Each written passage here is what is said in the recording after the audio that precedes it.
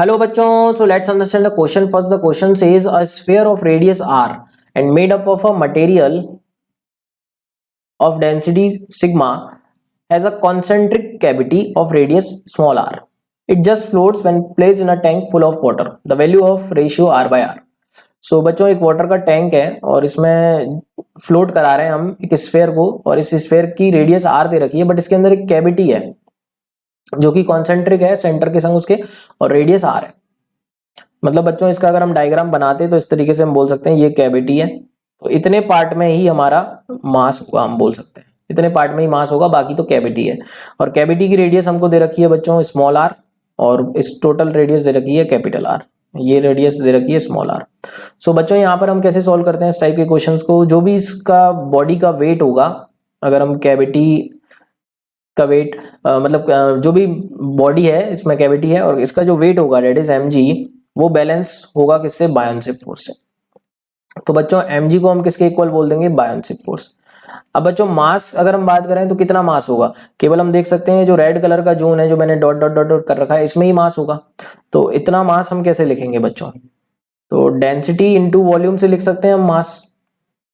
अब इतने पार्ट का वॉल्यूम कैसे लिखेंगे बच्चों, तो डेंसिटी इंटू इतने पार्ट का वॉल्यूम हम बोल सकते हैं 4/3 pi R cube minus small R cube, क्योंकि इतने ही वॉल्यूम में बच्चों मास है। तो यहाँ पे डेंसिटी हमको बॉडी की दे रखी है कितनी, रिलेटिव डेंसिटी सिग्मा, तो रो की जगह मैं इसको क्या ले लेता हूँ सिग्मा, क्योंकि डेंसिटी हमको सिग्मा दी हुई है बच्चों। तो sigma into 4/3 pi R cube minus small R cube, ये हमारा मास आ गया बच्चों। इसको रख देते हैं यहाँ पे sigma into 4π/3 into R cube minus small R cube into G equals to buoyancy force. अब बायोनसिक फोर्स कितना होता है बच्चों, लिक्विड की density rho L into volume submerged. तो वॉल्यूम सबमर्ज्ड तो बच्चों पूरा का पूरा इतना हम देख सकते हैं, इतना वॉल्यूम सबमर्ज्ड है, इस जो कि हो जाएगा 4/3 पाई आर क्यूब, क्योंकि वॉल्यूम सबमर्ज्ड में तो पूरा स्फेयर का वॉल्यूम आ जाएगा, that is 4/3 pi R cube into G. तो जी से जी कैंसिल, 4/3 पाई से 4/3 पाई कैंसिल। सो बच्चों ये आ गया हमारा sigma into R cube minus small R cube equals to, liquid की डेंसिटी हमको कितनी दे रखी है, लिक्विड की डेंसिटी लिक्विड की वाटर है बच्चों। सो वाटर की डेंसिटी हम यहाँ पर जस्ट प्लस बच्चों ये रिलेटिव डेंसिटी दे रखा है हमको, मतलब बॉडी की डेंसिटी ऑलरेडी डिवाइड करके दे दी लिक्विड की डेंसिटी के साथ, बॉडी की डेंसिटी अपॉन लिक्विड की डेंसिटी दे रखी है हमको सिग्मा। यानी कि बच्चों ये जो टर्म बनता हमारा बॉडी की डेंसिटी और लिक्विड की डेंसिटी, इसको डायरेक्टली हमने रेशियो लेके ले लिया तो ये सिग्मा हो गया, तो यहाँ पे हम लिख सकते हैं सिंपली आर क्यूब।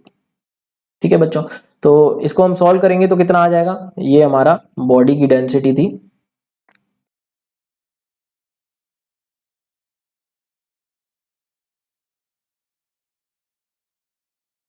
यहाँ पर हम बच्चों लिख लेते हैं ये बॉडी की डेंसिटी थी। ठीक है, तो ये बॉडी की डेंसिटी और लिक्विड की डेंसिटी डिवाइड कर दी तो सिग्मा बन गया। तो ये बच्चों हमसे पूछा है उसने आर अपॉन स्मॉल आर, तो यहां से कैसे निकालेंगे इसको देखते हैं। इसको हम बोल सकते हैं R cube minus small R cube, R cube minus small R cube upon R cube upon R cube, ये किसके इक्वल होगा बच्चों, 1 अपॉन सिग्मा के। अब इसको लिख सकते हैं 1 minus R cube upon R cube equals to बच्चों 1 अपॉन सिग्मा। सो बच्चों जो R cube upon capital R cube है इसको हम लिख सकते हैं 1 माइनस 1 अपॉन सिग्मा, तो ये हो जाएगा सिग्मा माइनस 1 अपॉन सिग्मा। ये आ गया बच्चों आर अपॉन आर का क्यूब। अब उसने आर अपॉन कैपिटल आर ही पूछा है हमसे, नहीं capital R upon small R पूछा है। So capital R upon small R हो जाएगा हमारा सिग्मा अपॉन सिग्मा माइनस 1 की पावर 1/3। तो next check the options now, sigma upon sigma minus 1 की power 1/3 is given in option first. So option first is absolutely right answer बच्चों. I hope you got the answer. Thank you so much and all the very best.